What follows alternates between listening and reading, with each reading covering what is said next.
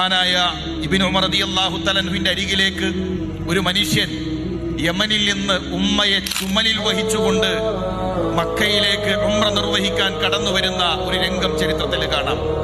ഇബ്നു ഉമറിന്റെ അരികിലേക്ക് വന്നുകൊണ്ട് ആ മനുഷ്യൻ പറയുന്നു, ഇന്നി ലഹാ ബഈറുഹൽ മുദല്ലലു ഇൻ ഉദിറത് റികാബുഹാ ലം ഉദ്അർ അല്ലാഹു റബ്ബി ദുൽ ജലാലിൽ അക്റം. ഉമ്മയെ ചൂണ്ടിയിട്ട് പറയാണ്, ഞാൻ എൻ്റെ ഉമ്മയുടെ യാത്രാമൃഗമാണ്.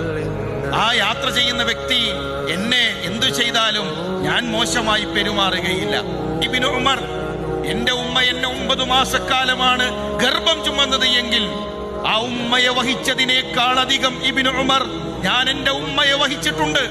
ഇബ്നു ഉമർ, എന്റെ ഉമ്മയോടുള്ള പ്രതിഫലം ഞാൻ നൽകിയോ?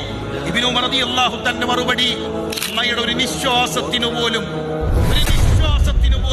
നിന്റെ പ്രവർത്തനം പകരമാകുന്നില്ല.